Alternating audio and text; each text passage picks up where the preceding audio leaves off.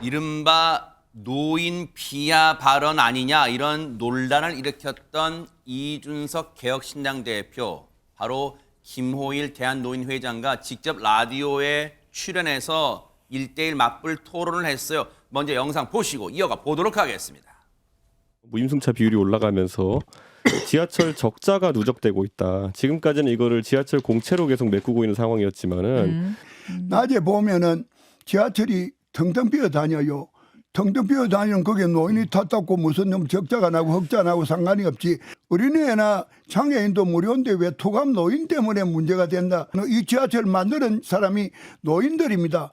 제가 이제 뭔가 이런 사회적인 개혁 아이템을 제시할 때마다 우리 개혁신당에서 논의를 시작할 때마다 갈라치기다 혐오다 이렇게 나올 것 같으면요. 대한민국 아무것도 개혁 아젠다 다루지 못합니다. 청년 따로 있고 노인 따로 있는 겁니까? 어린애가 자라서 청년 되고 청년이 장년 되고 장년이 노인 되지. 나도 초등학교 기억이 지금도 생생한데 나이가 87이 됐어요. 그러셨어요. 한 가지 통계만 제시할게요. 4호선 51개 지하철역 중에서 가장 무임승차 비율이 높은 역이 어딘지 아십니까? 어딥니까? 경마장역입니다. 예, 그러니까 저는 이게 어떻게 젊은 세대에 받아들여질지 한번 살펴봐야 된다고 생각합니다.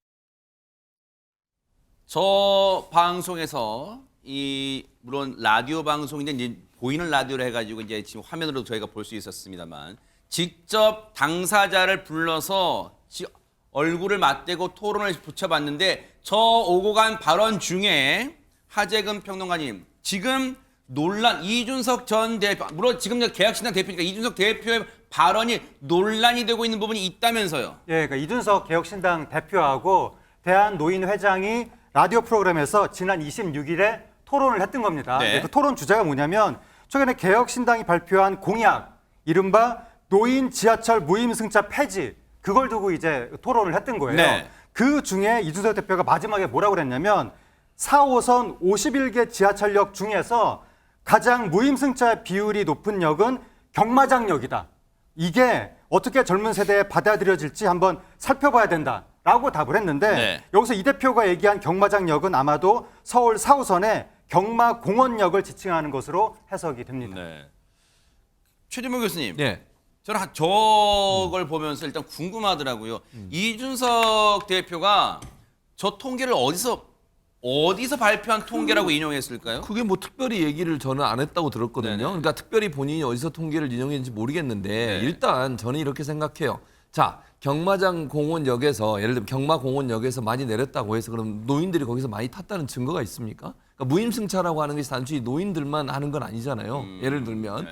그리고 그럼 마치 저거는요 어떤 이미지를 주려고 하는 거냐면 제 느낌이에요. 이거는 물론 이준석 대표는 어떻게 얘기했는지 모르지만 마치 노인분들이 경마 많이 하러 가셔서 저런 거 아닙니까라는 사행성 네, 뭐 그런 게임을 얘기도 한다. 뉘앙스가 있는 거 아닙니까? 그 많은 역 중에 왜 하필이면 4호선에 저 얘기를 했겠어요? 그러면 4호선뿐만 아니라 1호선부터 뭐 9호선까지 다 통계를 내봐야 되는 거 아니에요. 그리고 저기만 정말 그런 건지 또 어느 정도 차이가 있는지도 얘기해야 돼요. 예를 들면 퍼센테이지가 약간의 차이가 있을 수도 있는 거 아니겠어요?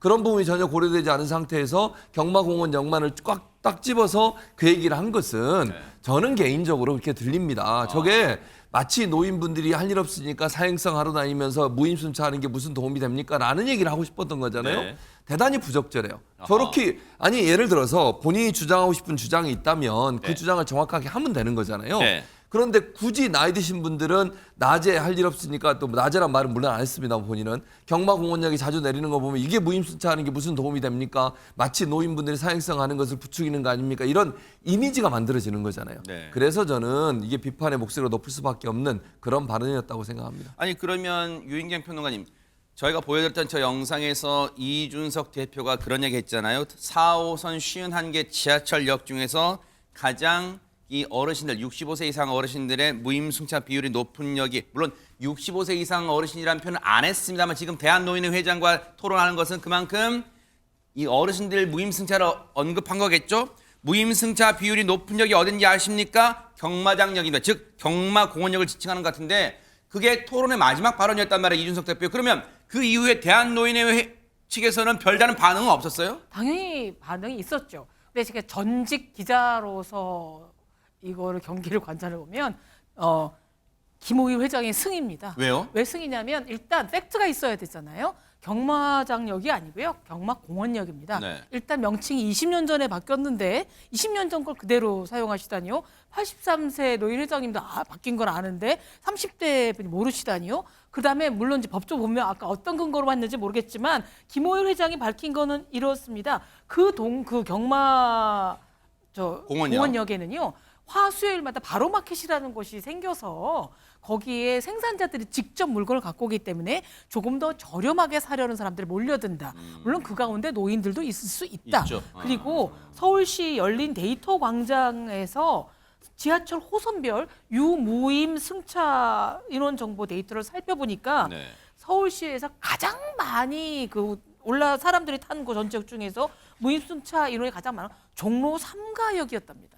이건 합리적으로 같이 거기 뭐 탑골공원도 탑골공원도 있고 있고, 뭐 네네. 있고요.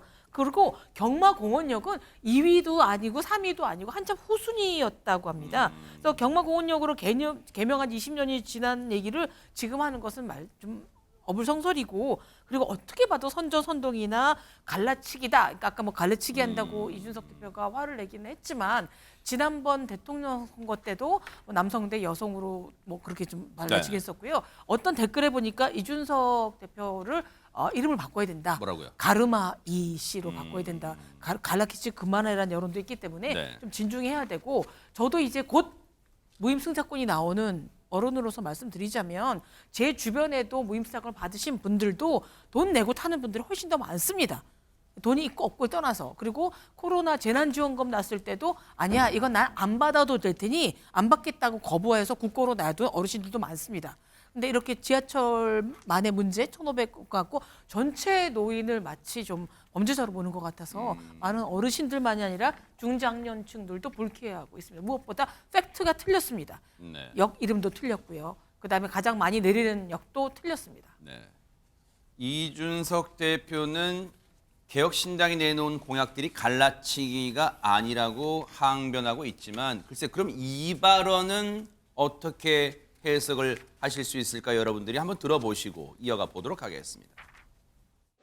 여성 신규 공무원 병역 의무화를 제안합니다. 헌법 제39조 1항에 따르면 모든 국민은 국방의 의무를 부담해야 합니다.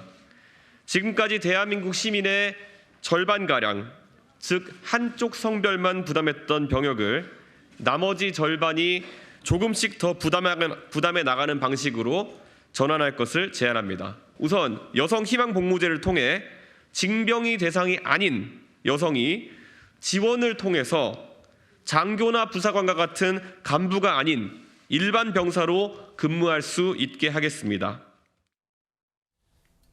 자, 이 시청자분들을 위해서요. 지금 뭐 이렇게 길게 얘기했는데 시청자분들은 무슨 말인지 듣고 잘 모르겠어요. 설명 좀 해주세요. 최재문 교수님 이럴 것 같아요. 저도 좀 어려워요, 사실은. 그러니까 나름대로 해석을 해볼게요. 네. 저는 이렇게 생각합니다. 이게 2030년부터 여성도 군복무를 해야만 경찰서만 공무원이 될 수 있게. 즉, 공무원 하려면 군대 갔다 와라? 네, 그런 거예요. 근데 이거는 평등의 원칙이 어긋나요. 그러면 여성분들께 군대 안 갔다 온 분들은 이제 공무원 못 하는 거잖아요. 이거는 약간 헌법 개정상으로도 당연히 연관되죠. 관련된 거 아니에요? 그럼요. 그냥 국방의 의무 뭐 그런 거 있잖아요. 당연하죠. 네. 국방의 의무는 국민의 4대 의무지만 네. 남성에게만 부여되는 의무잖아요. 네, 네, 네. 법이 그렇게 돼 있어요. 그러니까요. 그래서 네. 남성들만 가는 거예요. 네. 여성은 선택적으로 가는 거. 본인이 원하면 군인 되고 싶으면 군인이 될 수 있어요. 네네. 근데 그걸 의무화시키는 순간 이거는 법을 개정해야 되는 거예요. 네네. 그리고 공무원이라고 하는 직업의 선택의 자유가 있는 거잖아요. 네. 그걸 선택하려고 하는데 내가 군대 안 갔다 왔으니까 여성인데 못 간다. 이거는 직업의 자유, 선택의 자유를 이건 정면을 훼손하는 행위입니다. 네. 이것도 말이 맞지 않고요. 그 다음에 또 웃겨요.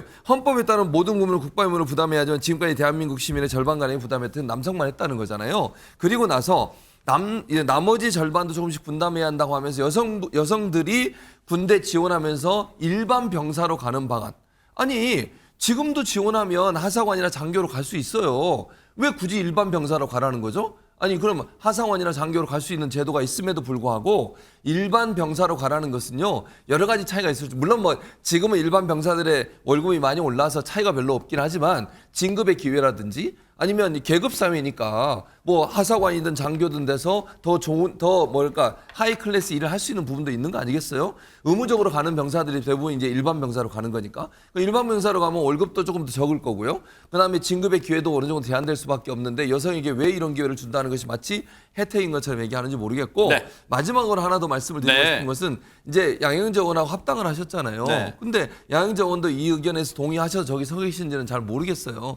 입장을 좀 밝혔으면 어떨까 하는 생각도 개인적으로 있습니다. 아하, 네.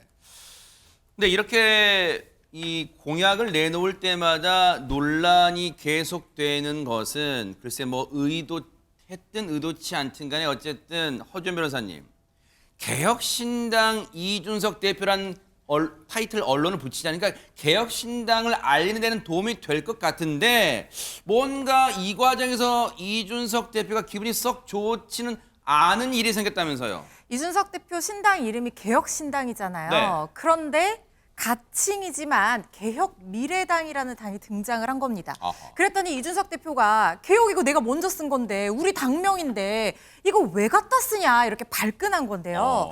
이 이낙연 전 대표의 신당인 이 새로운 미래와 조응천 의원 등 민주당을 탈당한 의원들 위주로 만든 이 미래대연합이 손을 잡았거든요. 네. 공동 창당을 추진한다고 발표를 했는데 이 신당의 이름이 가칭 개혁미래당이고요. 이게 다음 달 4일에 이 중앙당 창당대회를 열기로 했다는 거예요. 그러니까 이준석 대표가 SNS에 글을 올려서 이거는 뭐 중국집에 전화기 2대가 있는 정도가 아니라 신장 개업한 중국집 이름 좀 알려져 간다고 해서 그걸 그대로 차용하겠다는 거다.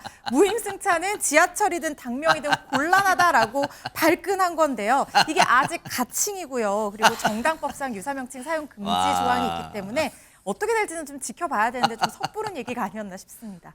네. 근데 보세요. 그 뭐와 뭐 합쳐졌다 그 자막 좀 보여주세요.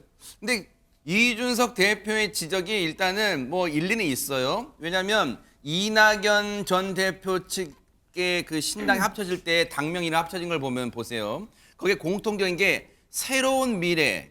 여기가 이제 이낙연 전 대표 측이 주도해서 만든 이 신당이었어요. 새로운 미래. 그리고 미래대연합은 전 정의당 박원석 전 정의당 의원이 만든 거예요. 그래서 근데 보면 미래는 들어가 있어요. 새로운 미래, 미래대연합. 그런데 갑자기 합쳐지면서 개혁미래당이 되다 보니까 이준석 대표 입장에서 그 개혁 내가 먼저 쓴 건데 할 거란 말이에요. 그럼 개혁미래당에서는 뭐라고 얘기를 하고 있을까요? 한번 들어보시고 이어가 보도록 하겠습니다.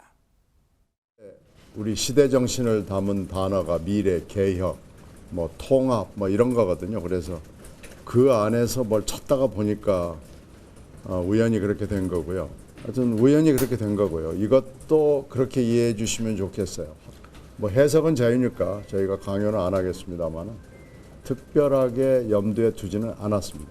개혁미래당이라는 당명에 대한 당 내부의 선호도가 그렇게 높지는 않아요. 그러나 우리가 공동창당을 선언하면서 가칭으로라도 당명을 확정짓지 않고 그걸 발표하는 게 적절치 않다 해서 일단 가칭으로 지은 거고요. 공모나 의견을 좀 확인해서 정식 당명을 바꿀 가능성이 있다는 점을 미리 말씀을 드리겠고요. 그거 가지고 뭐 이준석 대표가 왜 개혁신당을 따라하냐. 중국집 신장 개업했는데 옆에서 잘 나가니까 글쎄요. 제가 보기에는 뭐 이준석 대표한테 그런 느낌을 줬다면 유감스러운 일인데 그럴 의도가 전혀 없었고요. 아니 그러면 최진문 교수님. 네.